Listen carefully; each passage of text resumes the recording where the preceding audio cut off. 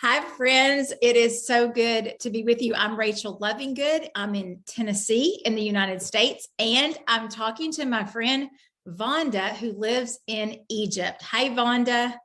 Hello, Rachel. Tell us a little bit, just as you're working with women, you mentioned that women are dealing with a high rate of addiction. What are some of the other needs and issues that you encounter with the women in general that you are ministering to, reaching out to?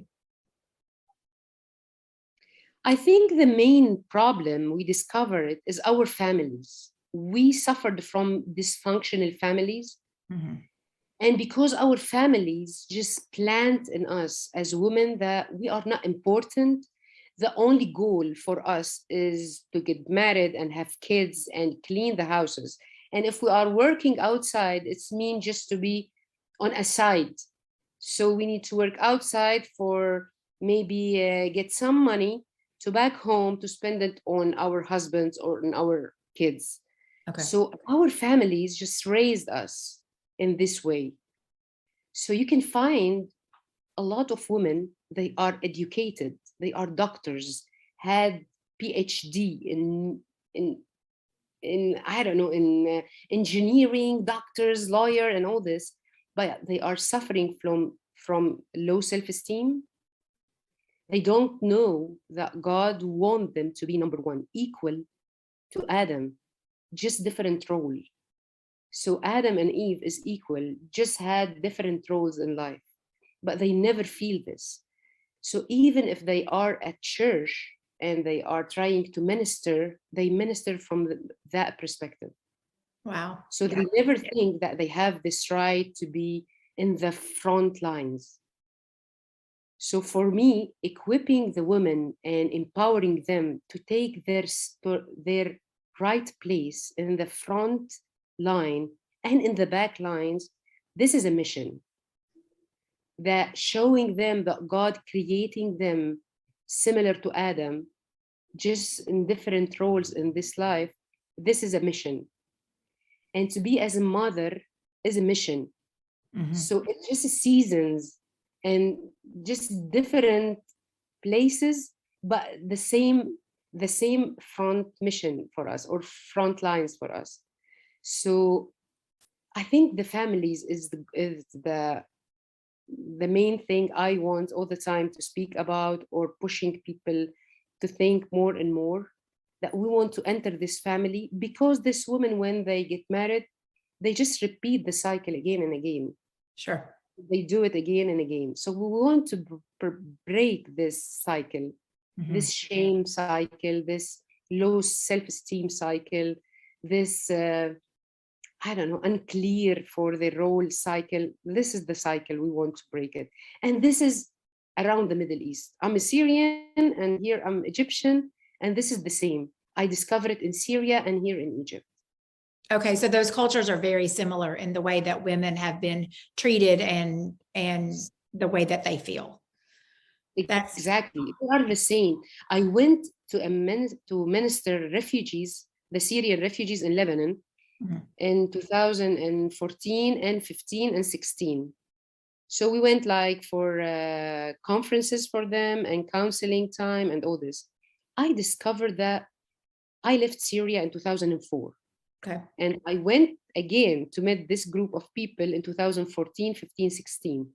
Nothing changed. Yeah. Same mentality, same suffering, same way of what's happening like in 2004 and before this. Yeah. So it's the women in the Middle East and North Africa. They are all the time covered by shame, covered by society, pushing them more and more to hidden inside the corner of their shame. Mm. They are covered, they are veiled. They are, I don't, forbidden from showing their beauty. And this beauty is not just physical beauty, it's a real beauty, Yeah. soul beauty. It's, yeah. The kind of beauty that we see in you. And I love all of that. So you said originally you were saying that that your main focus was on at the beginning was on the younger crowd of people. Are there a lot of single people, or is everybody married? Is that just like a common thing that you get married immediately when you're, in your young 20s, or are you actually ministering to and reaching some single women before they ever get into families? Actually, most of the population we are serving is single, most of them single. Because I think in the past, and the poor people and the people who were raised in villages who's not educated a lot, they used to let the girl just get married very quickly when she is like 16, 17, and this age, because they want to get rid from her, actually, from the hassle of a woman at home. But right now, it's become very different. Right now, they are in the middle of their 40s and they are not married yet. They are in the middle of their 30s, at the end of 20s, and they are not married. So we are serving single women and married women, and we are serving divorced and single moms. We had varieties of women. Okay, that's and this interesting. is happening very, very recently. This has become very common. Before, it's very shameful for women to say, oh, I'm not married and I am like 32, guys. And right now they are writing on Facebook, on Instagram, they are showing that we are still single, we are enjoying our life. But actually, deep inside, they suffered from the communities around them. Gotcha. That's very interesting how alike women are no matter where they live. Two more things and then I'll leave you alone. But one thing I wanted to know is, how have you seen God at work? What have you seen God do, and what role has prayer played in some of the things that you've experienced? If I'm gonna explain where's God's role, God is just connecting everything and make it a clear picture when we are minister women.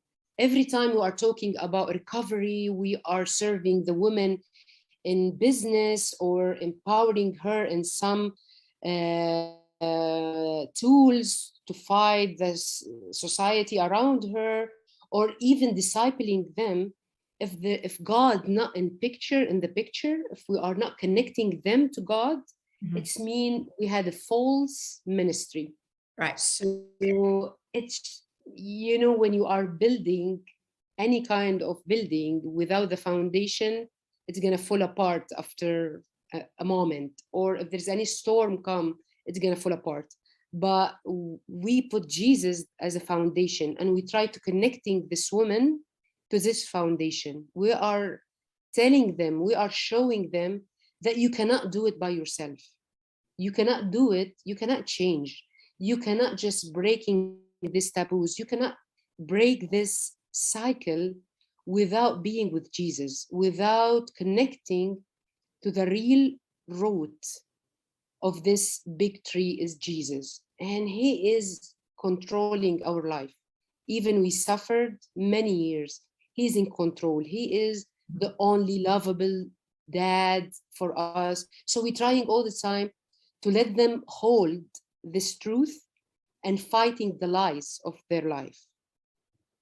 Yeah. So we're doing this intentionally, like in we had, we do like meditation at the morning, quiet time with Jesus.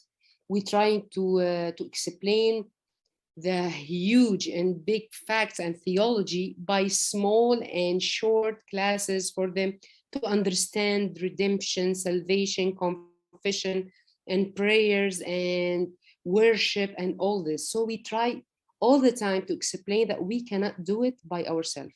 We are not created to be like in a bubble, just throw out in this world. We are created to be related to our God who create us.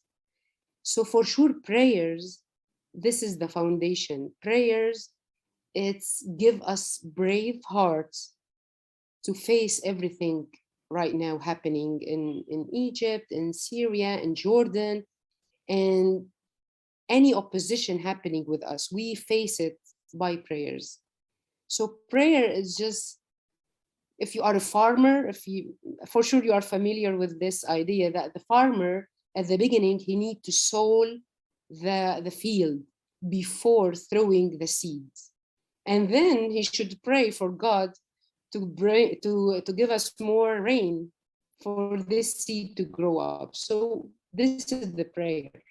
I love that. I love that. And so just as we close our time, can you tell us any specific ways that we can pray for you and the women in Egypt, Jordan, Syria, your part of the world? For sure, just praying for, I don't want to just say like big words like revival happened in women. No, I want you to pray more and more for the leaders and for like awakening the women and unleashing them from the low self-esteem and from the society, from the old and tradition community who just burying them inside the ground. I pray all the time that God just open their eyes to see you and give them power to just fight the right battle. Because now they are fighting, but not the right battle. So this is my prayer all the time. Just give us the power to fight, but the right one. And send us the right people to lead this revival ministry, awakening, or let us be the voice of the people who don't have any kind of voice. So just pray for us, pray for the leaders, pray for the people in the front lines, pray for, I don't know. Just let the Holy Spirit lead you in prayer for us. That's good. There's a lot. And I appreciate you taking time from your evening now, because it's in the day here. So it's evening where you are. But thank you for taking time to share with us. And I would just reiterate, we can pray for God to open their eyes to see him for who he really is. Pray for them for an awakening of, and I like the word revival too, an awakening of revival. I think that it is so incredible what you and Tony, your family, your ministry, what you are doing there. And so thank you for letting us come alongside to be a part of that. We look forward to seeing more things and doing more things together down the road. Thank you so much for this. And thank you so much for your heart to support us in prayer and supporting us in all the way you have, just to be like the voice really for this woman. I appreciate everything. And your books, Rachel, is helping me a lot. When I start to read and now we try to translate it, it's amazing. Thank you for this. Really. Oh, I'm so glad. I'm so glad. Thank you for all of this today. And we look forward to what's going to happen in the future.